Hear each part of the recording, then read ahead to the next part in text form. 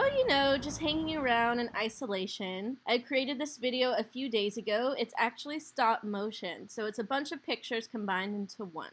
The truth was, I was actually standing on a chair and I had my remote clicker on top of the fan.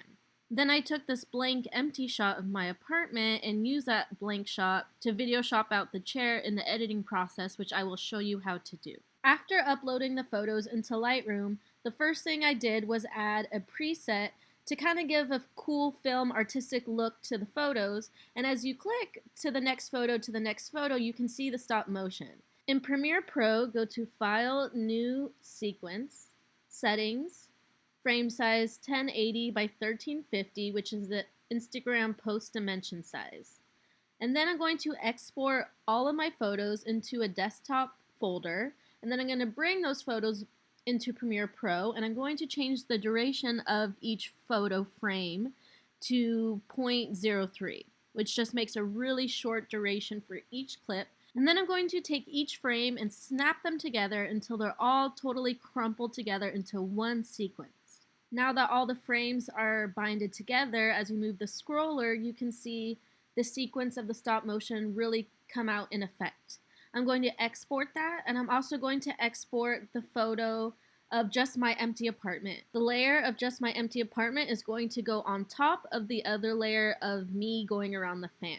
Next, I'm going to select the pen tool under opacity, and I'm going to start creating my first mask on the first frame. And I'm going to adjust this mask. I'm going to add points to it so that it covers, until it covers the entire chair and everything that I don't want to appear in the video.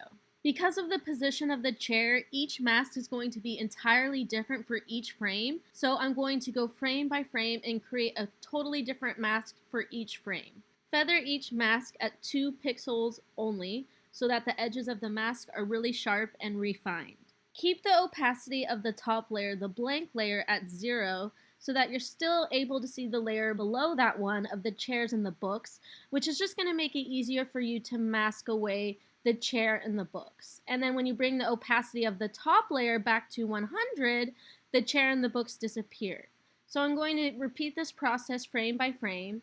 Right here, I'm deleting a couple of the dots on this frame, and I'm doing that by holding down Command and clicking one of the dots. This process does seem really tedious. I think this edit took a couple hours at least, maybe 3 to 4, maybe less, maybe more, I'm not really sure. But it kind of relaxes me to edit. It reminds me of my Photoshop days of masking and compositing. So for me, it's therapeutic.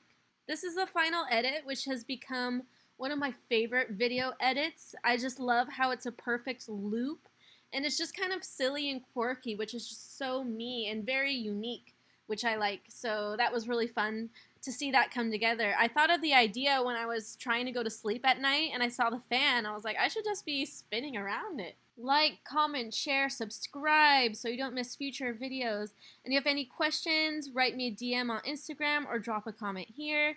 Thank you guys again for watching my video. I hope you're having a very productive week, and as always, stay cool.